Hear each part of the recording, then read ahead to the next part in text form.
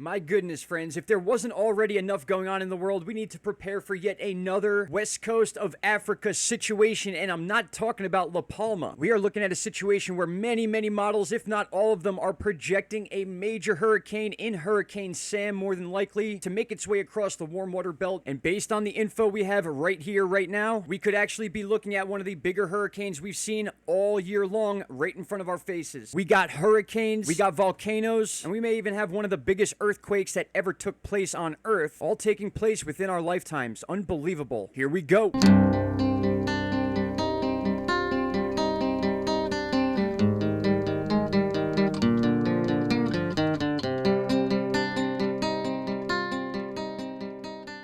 My friends, welcome back. It is September 23rd, 9/23/2021, 9:31 a.m. And for those of you that follow that date, 9/23, imagine waking up and seeing this report. 9.5 earthquake being reported on the Volcano Discovery website in La Rioja, Argentina. This is unbelievable, but the only reason I think we have a little bit of a glitch here is the depth. Unless this is legit, I believe it's been already sorted out back to like a 6.0 give or take, but take a look at the depth. 649 kilometers. Not only would that be probably the deepest earthquake I've ever seen, but this is certainly the biggest one that I've ever come close to reporting, if this is even a legit situation. We're going to come back to this. We've also got updates on La Palma as early as about 3 hours ago. You could see on your screen La Palma Volcano eruption today, evacuations, and possible tsunami with live updates. So I just want to be clear that it's not just YouTube channels talking about the possibility of a tsunami from this giant awakening volcano. And as you can see here, a lot of the officials in that area, they are talking about why it's possible and why it won't happen at this point as far as the mega tsunami. They also put out this graphic showing the geography of the wedge-shaped island and exactly where the new flows are coming from, the new fissures and openings. We can see here the big wall of La Palma here. This is the big caldera of the volcano, and you can see the other vent areas or separate volcanoes in a way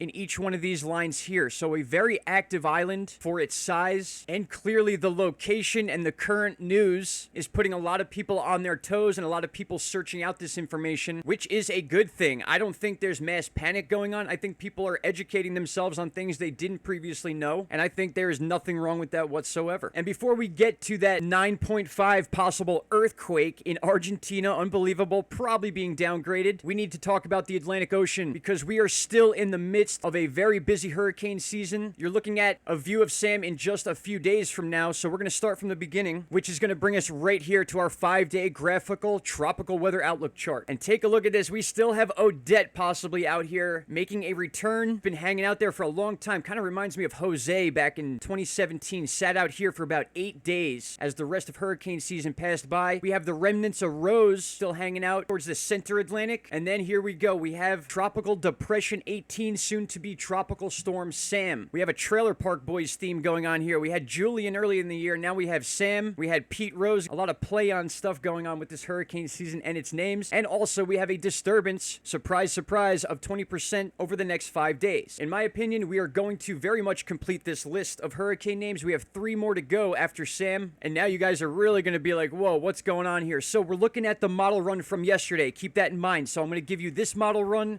and then today's updated model run. We're looking at the GFS, and you can see Hurricane Sam here becoming a major storm, flowing a little bit more north over the Lesser Antilles Islands. You're going to see this mimic Hurricane Larry, almost like a fish storm, but what it pulls out from underneath it when it gets right about here is what you are really going to be like, no way about. So here we go. We're moving forward. We see Hurricane Sam, major Hurricane Sam, keep that in mind, southeast of Bermuda on October 1st. Yes, that's 7 days away, but we have the data here, and as of yesterday, it showed Sam taking a hook back out into the Atlantic while another major storm forms in the Gulf. Keep in mind, this time of year, as we move into October, most of our storms will form in this area. Hurricane Nate was a huge example in 2017, but yes, it showed a major hurricane forming in the Gulf of Mexico, going right to the panhandle of Florida. Very much 2 weeks away, but the data's here, and I wanted to show you that. It was shown on the internet yesterday, and a lot of people were talking about it, but now I want to show you how quickly things can change. All right, and we are now reset back to the 23rd with the new updated run of the GFS, and this will more than likely change as well. We have a lot of time before this storm.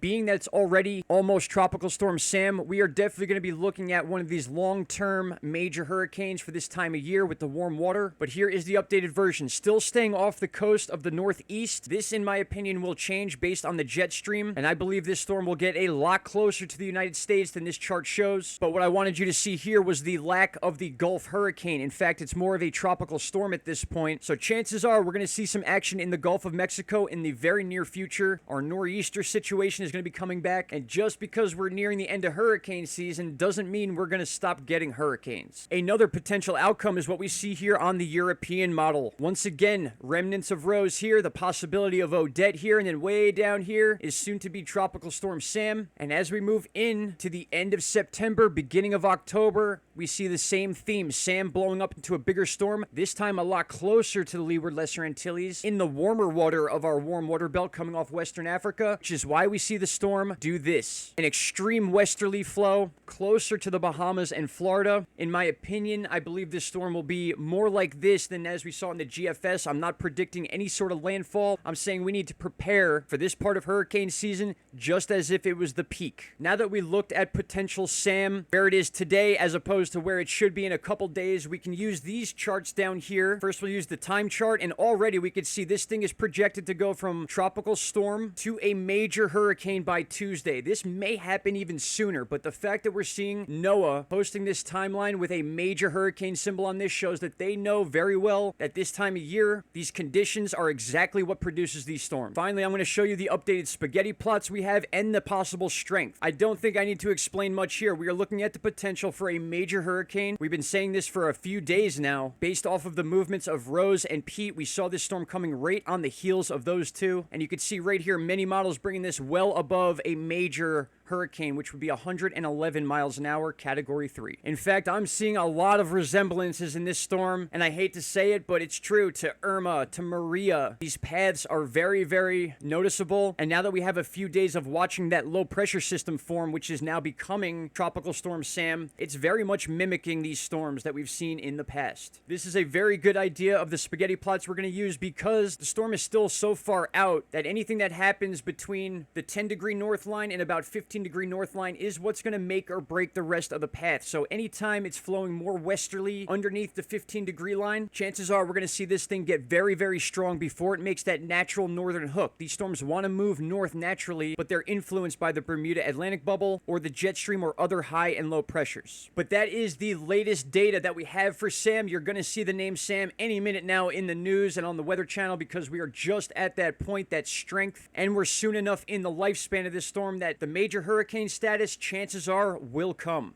Now, will it come close to the United States or not? That is a whole separate question. All right, my friends, and now on to the last topic of this video. Sorry about the long winder here, but so much going on in the world that needs to be covered. Whether this was a legit earthquake or not, the fact that it came up on a website that thousands and thousands of people use is unbelievable. Initial reports, 12:18 UTC time today, a 9.5 earthquake taking place in Argentina. 649 kilometers in depth. That would be one of the deeper earthquakes I've ever seen. And I want to be very clear right now, the USGS did not report this, which is why I want to get through the actual data of this and see if this was an actual 9.5, because we do have user reports of people who felt it. And then we have reports of people who did not. So let's take a look at this. Here is the epicenter of the apparent earthquake 29 minutes ago now. 9.5, La Rioja, Argentina. Now, I want to take a look at these reports here, the ones closest to it. Now, right off the bat, you could see one guy saying not felt, but watch right next to it. As I zoom in here a little bit, we're able to touch some of these other reports, and watch this, violent shaking from Santiago. So 2 reports within the same area of each other, one reporting not felt, the other reporting violent shaking. Now, I did see a tweet that the earthquake was reported to be an actual 6.0, which is why I like going to these user reports. Okay, so now by the end of this video, we do have a readjustment. We are now at a 6.0. So there was shaking. It was accidentally reported as a 9.5. We just had a similar situation to that happen in another place in the world where warnings and alerts were put out to people's cell phones, warning about an upcoming earthquake. Stuff like this needs to be fixed, but I'm glad I was here to capture it in real time to give you the info and show you that at first, for over an hour this morning, a 9.5 earthquake was reported in Argentina. My friends, I cannot thank you enough for the continued support and all the well wishes yesterday. I was just feeling a bit under the weather, needed some extra rest, and I'm good to go now. I'm here in the Northeast about to get pummeled by some weather, so I'm going to try to get this out to you right now, and I hope you all have a great rest of your 9/23 date here in 2021. Shout out to Canada, and I'll be back with all the updates you need about everything going on in this crazy, crazy world. Take care. Bye-bye. Stop right there, my friends. If you have not already, click that subscribe button, and don't forget to hit the bell icon. Click all and you will get all notifications from this channel, and trust me, you won't be disappointed.